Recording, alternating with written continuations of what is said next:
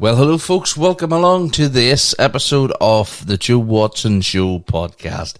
Off last week, and I said it last minute, you know what, it was the weekend, it was Easter weekend, and of course it was my birthday on the Monday, and I thought, you know what, I'm going to take that weekend off and be lazy. This week I have no real plan, I'm just going to wing it. Welcome to the Joe Watson Show podcast.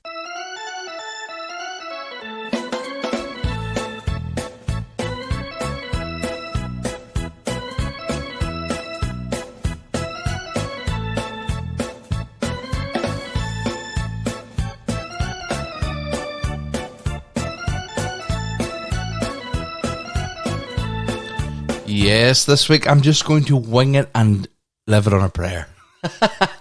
So how you doing, folks? Hope you're well. I'm sure you missed me. I'm sure you didn't. Randomly, I'm not in the studio today. I'm actually in Studio 2, which is the wee room where I used to be. Basically being is, I can't be bothered going out there. I have a great setup here in Studio 2. Lovely desk that actually fits my Rodecaster Pro and my laptop at the same time. Don't need the laptop to record it, so laptop's not on there. But whenever I do the importing, it needs to be there. So this works out very well. And I have a mic arm up here as well, because I'm going to use this wee room as a kind of editing room. So if there's things I need to do, obviously there's no... Another big reason why I'm not out in the main studio is because there is no internet out there. I bought one of those Wi-Fi extenders and you just rub diarrhea in your arm, you know. Anyway, moving on with the show. Thanks very much, Daisy. So much has happened in the last 2 weeks that I want to talk about it. First of all, something weird happened the other night. Since having COVID, pardon me while I lick my Rodecaster Pro. One of the things that I've noticed since having COVID is I'm knackered. I sleep and I sleep. I come home from work and I go to bed and I sleep to about 8 o'clock. Get up, do my thing, go to bed again at 10:30, 11 o'clock, and I sleep right through again. I'm so tired. I really need to shake myself and get out of it. But anyway, that, and I've been having very, very vivid dreams. And I want to share one of those dreams with you, something that it really... it's stupid. It is stupid, but it's one of those dreams. It was a dream that actually quite annoyed me. In fact, so I'm so much so that when I came around, well, I'll not spoil it for you. I'll talk about this dream. So it was the other night. It was I think I turned 34 there on Monday past, and on the Monday night, Tuesday early hours of Tuesday morning, I had an awful dream. It was a mix between a bad dream and a nightmare. You know, a nightmare where you get up and you're sweating and you're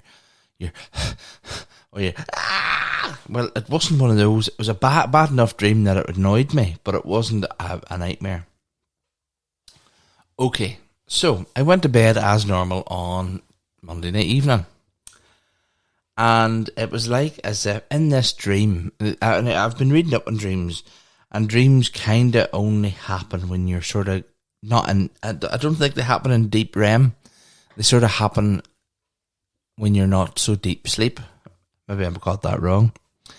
But dreams only last something like seconds, like 3 seconds or 2 seconds or even 1 second.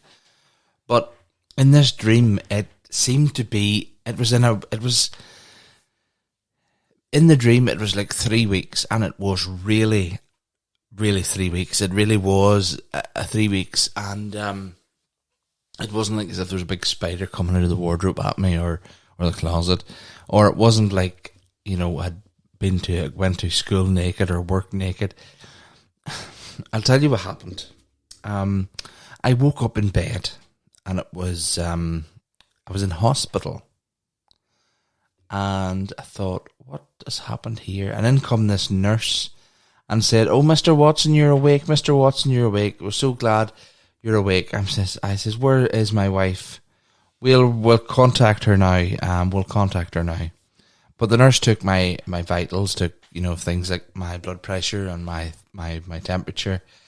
And then she went out to proceed to call my wife. And I dozed off again. And I must have been dozing about half an hour, 40 minutes. How long it takes someone to get to a hospital, depending on whatever it was. So I dozed off and I woke up and my wife, this woman was standing over me. This woman, I would probably say, was in her mid-50s, purpley red hair, and saying, "Joe, I'm so glad you're alive. I'm so glad you're well. I've been so worried about you." And I was like, "Who are you?" And she was like, "Don't be silly. I'm your wife. I'm Ruth. I'm your wife." And I was like, "I'm married to Laura." "No, you're married to me." "Who's Laura?" I said, "Laura's my wife. I've been married to her for 5 years." "No, you haven't. You've been married to me for 30 years. And I was like, "What?" "I was only 34 yesterday." No, you're 54. And I was like, "What?" And it's just so stupid. So I put this woman out of the ward. I told her, "Get out. You're not my wife. Someone's having a laugh." So the woman was, and I could see she was visibly, physically and visually upset. And this was all so real. And I was like, "Where's Laura? What is going on?" And cut a long story short, this bit anyway. A couple of days had passed by and I seemed to be getting better. The woman wasn't coming in to see me. In fact, the nurses were just saying, "Your wife was calling about you." I was like, "Right, okay." I was a bit pissed off, a bit peeved off. And every time they mentioned my wife, I would get agitated because I wanted to know where Laura was. So much so they had a member of staff sitting with me. This is what I do as a day job. I sit with people that are confused. So there was somebody sitting beside me because they perceived that I was confused. And I was like, "You don't understand, mate. I'm not married to that woman. I'm not in my 50s. I'm only in my 30s. Middle 30s now." But anyway, I was like, this could not be right at all. So, moving on, it was the day I was getting out, the thought, there was nothing wrong with me anymore, that I had apparently had a car accident. That's what I perceived. I had a car accident. And I got home. Oh, sorry. Sorry.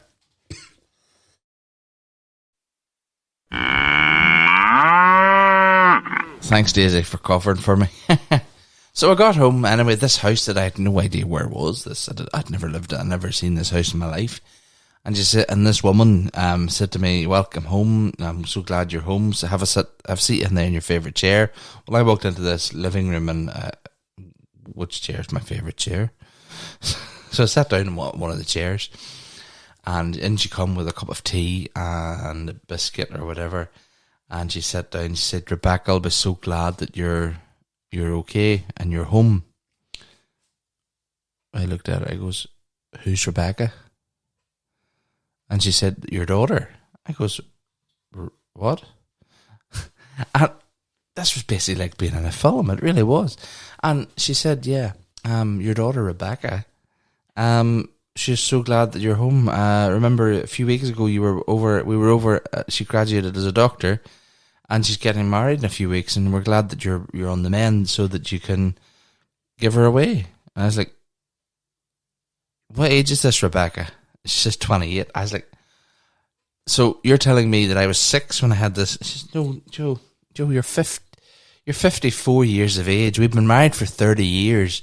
You're bound to remember." I said, I'm sorry, missus, but I don't know. I don't know you. I'm married to a girl called Laura, a nurse from Antrim Area Hospital."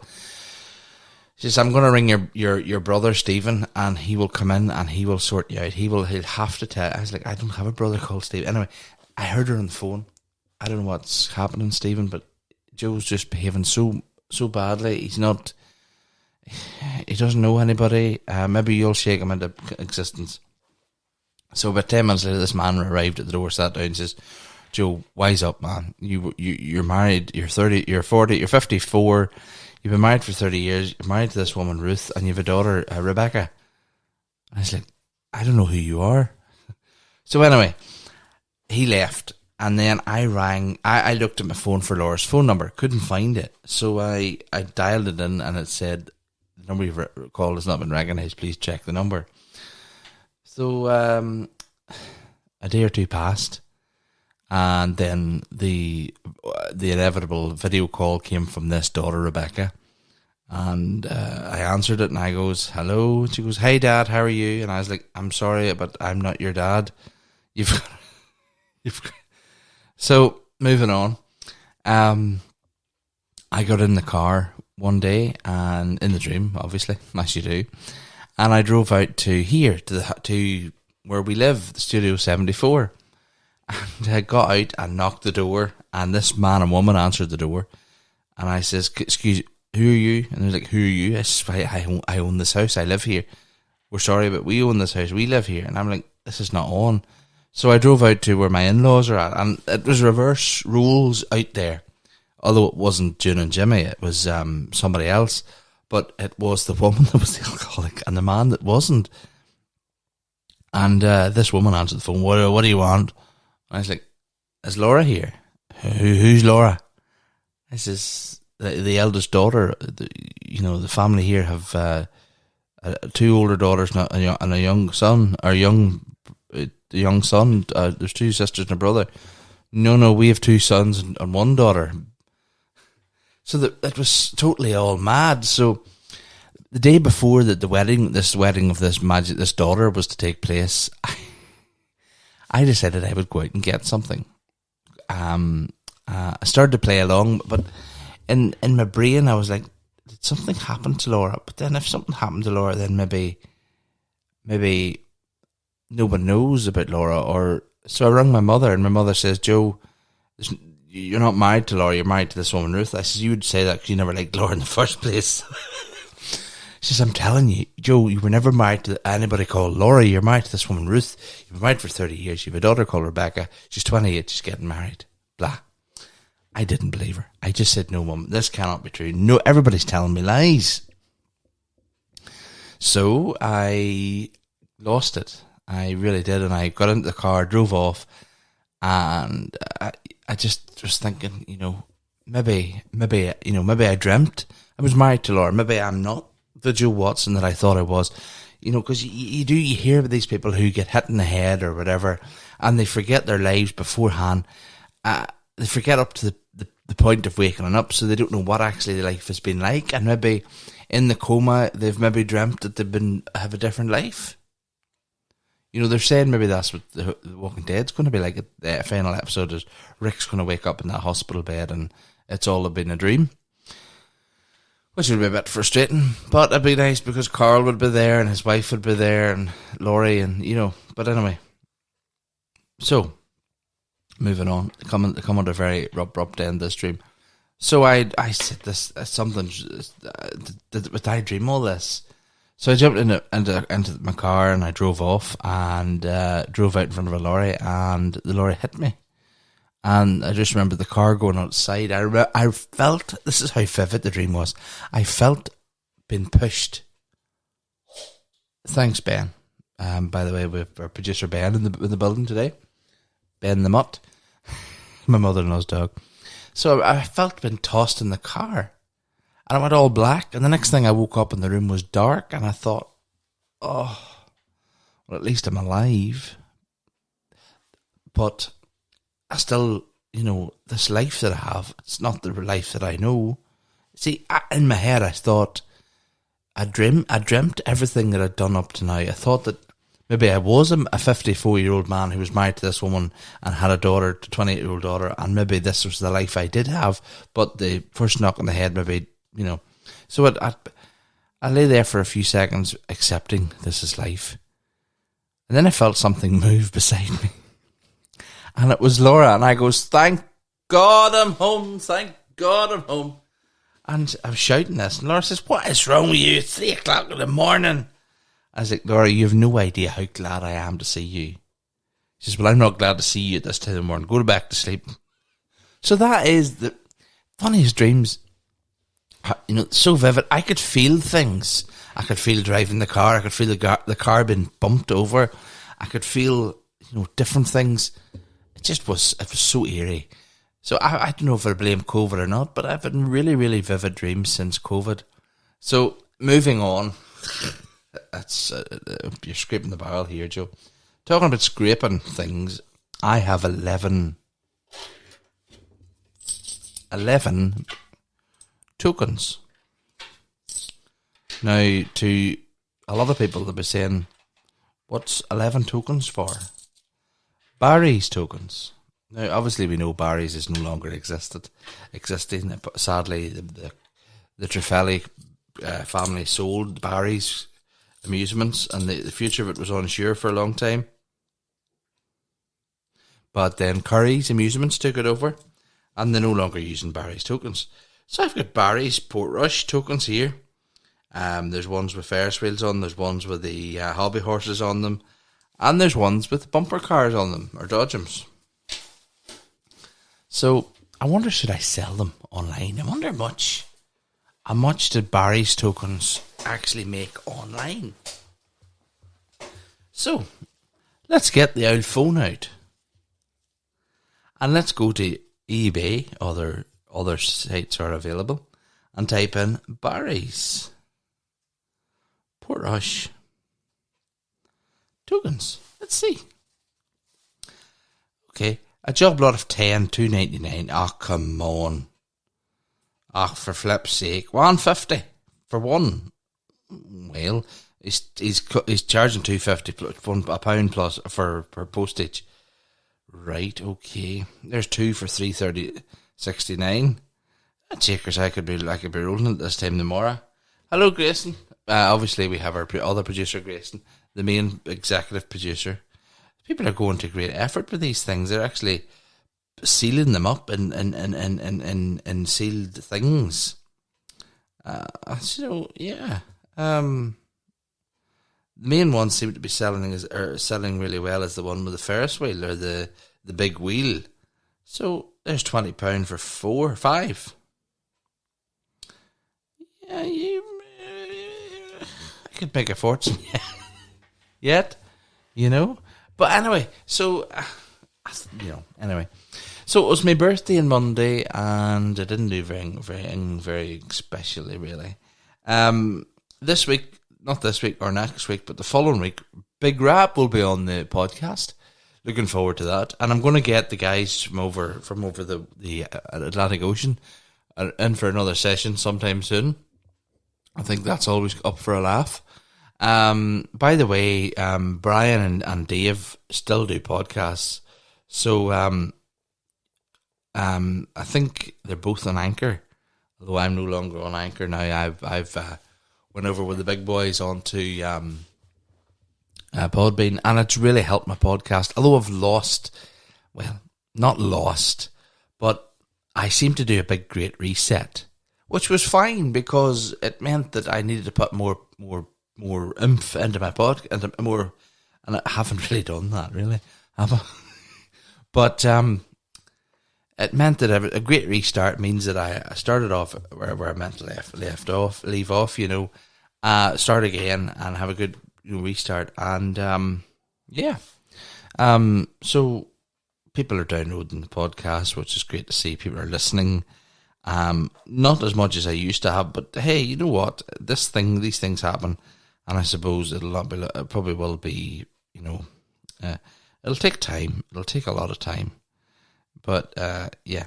So yesterday, Thursday, the 21st of April, was the Queen's birthday. 96. This wee woman is. Cannot believe that. 90. Well, I can believe it, but 96. This wee woman is doing great. Apparently, her health has deteriorated since she had COVID, and that's understandable. The woman's old, but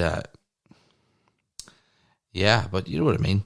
But I want to talk about this thing that has been going on ITV called the Thief, His Wife, and the Canoe. I've watched the first episode and a half, and it's actually based on a true story about a man called John Darwin.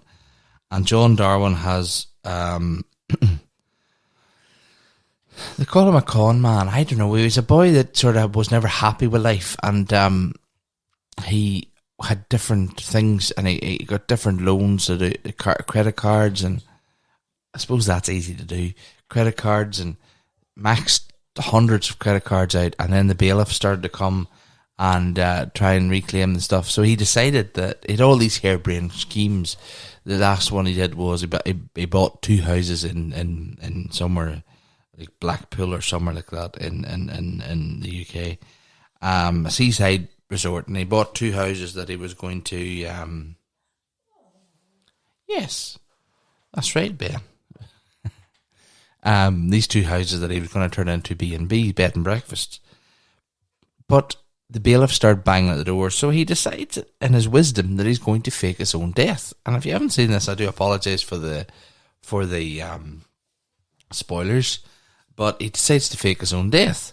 And John Darwin's played by Eddie Marsan. Now, if you don't know who Eddie Marsan is, I wasn't sure who Eddie Marsan is.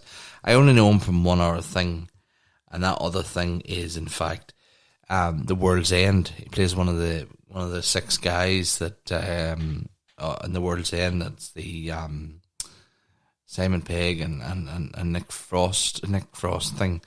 The third in their series of the Shaun of the Dead, Hot Fuzz, and The World's End.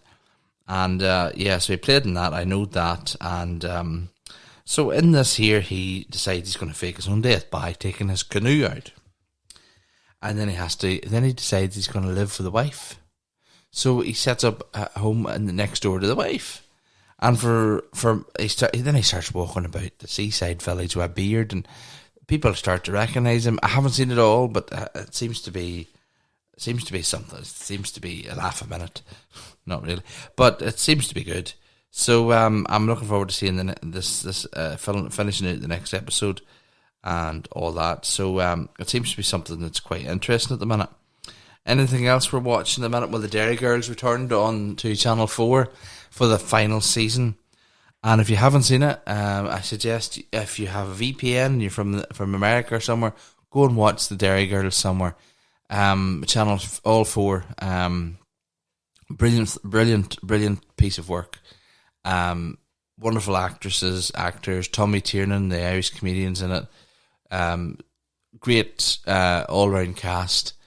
And it bases around 5 schoolgirls from Londonderry or Derry, and a young fella who's one of their cousins, and he actually ends up going to an all-girls school. It's set probably around the 1990s, early to mid-90s, so it's probably my era, although they're older than me in this, they're high school age, but whenever in the 1980s I was still sort of primary school, grade school type thing. But yeah, so this week the 6 of them did the Spice Girls. That was funny seeing the young fella all done up as a girl. It was hilarious singing. He was Posh Spice. So yeah, another thing I want to look at is Simpsons predictions. So this is World Simpson Day. It was World Simpson Day, not the day, sorry. World Simpson Day on the 19th of April. And at World Simpson Day, the Simpsons' top 5 most famous predictions. So Tuesday, April 19th, is World Simpson Day. And there have been a number of tributes on social networks from millions of fans of Homer, Marge, and the rest of the crew. 35 years after the first appearance of on television, the series continues to win fans and add more episodes to its historic run. Yes, it's one of the longest running animations, I would say. 35 years. Wow.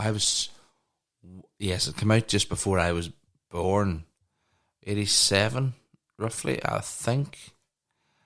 So number 1, the 9/11 attacks. In the episode New York versus Homer from season 9, Bart shows a flyer with a 9 next to the silhouette of the Twin Towers, which form an 11, making 9/11 the date of the terrible attacks. Wow, I never knew that one. President Trump, yes, I knew this one in season 11, and an episode entitled Bart to the Future. Lisa Simpson replaces Trump as President of the United States of America.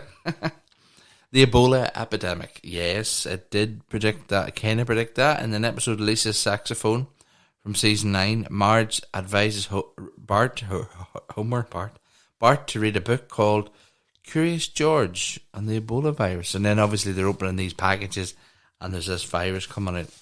The Neymar's injury at Brazil's World Cup in 2014 in the episode. Grayson, do you mind, Grayson? Grayson has decided to start to fizzle at paper. In the episode You Don't Have to Live Like a Referee from season 25, Homer is a World Cup referee and experiences the Brazil star's injury in the middle of the match. And then number 5 is Russia's war against the West.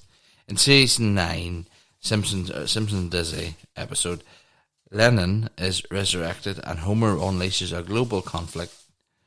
Russia become the USSR again, declaring war on the United States of America. That could happen. There's nothing to say that won't happen. You know the way things are going at the minute. And then we have the whole thing about with the Amber Heard and Johnny Depp thing. Johnny Depp tells how Amber Heard lost it when he broke her rules of routine by removing his own boots rather than waiting for her nightly ritual of taking them off for him. I'm looking at a picture of Johnny Depp here. Now, I'm not picking sides. I do think violence against women is a horrible thing. Men that do it should be locked up. But violence against men happens all the time. Not to divulge people that I've known, but I know a lot of men that have been beaten, been belittled, been, all different things: emotional abuse, physical abuse, sexual abuse from their spouses, from their wives. It's horrible, and even from other women in their family. So I don't want to take. I'm not taking Johnny Depp's part, but I'm not taking Amber Heard's part either. There's somebody lying, but there's a picture here of Johnny Depp, and Johnny Depp looks.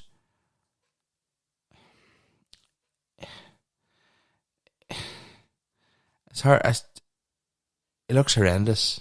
He really does. So he really, really does. But yeah.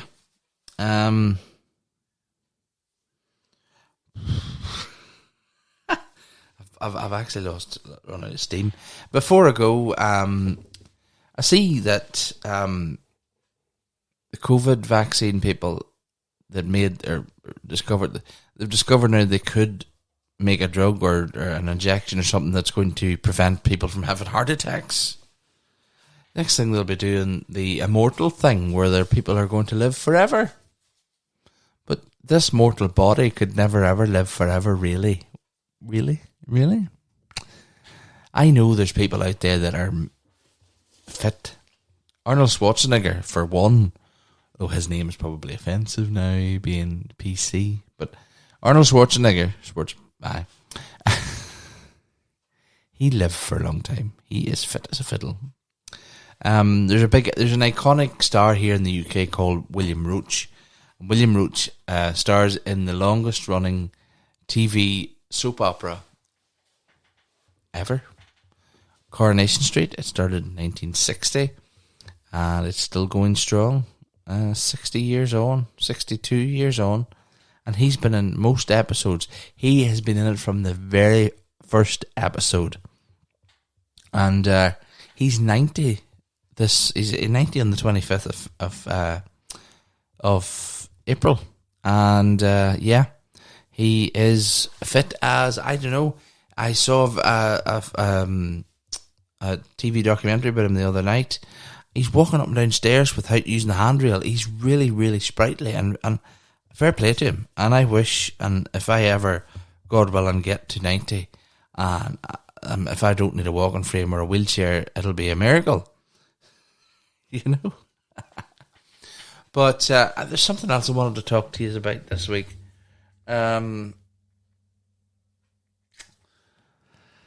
Yeah, the Nan movie. Yeah. I went to see it a few weeks ago, and then now it's out in the UK for rent. If you're a Sky customer, you can watch it there. It's also on Google, and it's probably on Apple as well. Let me just give my quick 2 cents on what I felt about the Nan movie. It was a letdown. I believe it was good. It was good, but it was also a letdown because it wasn't big storyline about how she's going to see her sister who is dying. Storyline about how her sister took off the man she loved, fancied or loved, whatever. Sister married him, and they never spoke after that. And how she's going to go to rekindle with the sister. Funny things happen, like she accidentally takes drugs and she goes partying and she farts in her grandson's face, and they go on a road trip, and there is funny things in it, but to me it was a letdown. It really has been, and yeah, I'd give it 6 out of 10, 5 out of 10. You know, it was one of those movies. Another movie I want to see is Operation Mincemeat. I want to see that. I think I'll go and see it at the weekend, in fact. Yeah, it looks Colin Firth, and usually worth a watch. So yeah. So nothing else happening here. Oh yes. Before I go, a few things are changing here. No, not changing the name. I'm not doing that there. But the week that Rab and I are due to record his episode on the 29th of this month, so the last Friday of April. That episode will not go out until, let me just tell you, unfortunately, will not go out until the 20th of May. Reason being is because I need a week off that week.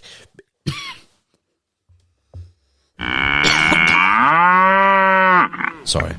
I need a week off that week that weekend off because I'm going to Bonnie, Scotland, because my sister, not my sister-in-law, Laura's cousin is getting married, and we're going out to that. So on that Friday, I'll be working all that week. So the 16th, 17th, 18th, 19th, I'll be working. So I'll have because we're actually going on the boat quite early on the Friday morning. We're leaving the house here at 5 a.m. So yeah. So it'll be coming out on May the 20th, this episode with Rab. So I'll be plugging it really, really madly. I'll hopefully put out clips of what some of the highlights of it. The last time I put up an episode on Podbean to go out, I scheduled it to go out onto YouTube and onto Facebook, and it never happened. I'm quite a bit abrupt about that. Don't know whether it was because it was a scheduled post or what, but it didn't want to play ball. It just didn't. So I'm kind of a bit annoyed about that, because it was set up perfectly for instant video drop to obviously you don't see me, but I mean there'll be a picture of the podcast art, and then there'll be sort of the Podbean audio bar on it, and there'll be you'll hear the audio. So it didn't happen. So I'm quite annoyed about that. So I'm going to have to see somebody. I'm going to have to wreck somebody. I'm going to have to speak to Podbean. Otherwise, there'll be a row. I'm not leaving Podbean, by the way. I find Podbean very, very well. The customer services is next to nothing. It's perfect. I have no bothers whatsoever. Whenever I first set up my account, there was an issue because I put in the old Spotify code or whatever, and I sort of did something that I put in the old one and it didn't work. So they were able to reset it for me, and they were very, very good. And any problems, they said come to them and they'll do them. So I'll try this again. If not, then I'll message them, and hopefully that'll they'll sort it out, or they'll tell me what I'm doing wrong. But anyway, to talk about what we're doing on this episode with Rab. This episode with Rab is going to be a different type of episode. Same thing, him and I ganching and blethering and chatting, but I'm going to relaunch not relaunch, what am I saying? There's going to be a new introduction. Instead of hearing Welcome to the Joe Watson Show podcast. It's the same voice, different words. There's going to be a new. I haven't edited down yet, so don't worry. You'll hear it on the 20th. But there'll be a new thing. You're listening. It's still saying you're listening to the Joe Watson Show podcast, but there's something else added to it. If you're tech savvy, you'll have noticed on Podbean and probably Spotify and anywhere you listen to this podcast, you'll see it. The words Northern Ireland's smallest podcast, and yeah. Give away the big secret. That's what's going to be said. That's what John, my voiceover guy, is saying in this new intro. Welcome to the Joe Watson Show podcast, Northern Ireland's smallest podcast. So, yeah. There's also another thing coming out. I'm not going to tell you anything more about that. You'll hear it as Rab hears it. Okay? It's something that my voiceover guy and I just we did something that I hope you find funny. It's just something that I sent him a script and he sent me back his part and I did my part. So you'll hear it as Rob hears it. Okay, so yeah. Well, folks, that is it. But before I go, I hope you enjoyed this episode of this week's pod. Yeah, sort of. Yeah. Anyway. You're listening to... Oh, sorry. Wrong button. Email the podcast at joewatsonshow.com. And... remember to check out the website, joewatsonshow.com. And that's it, folks. Thanks for listening, and I will see you all next time.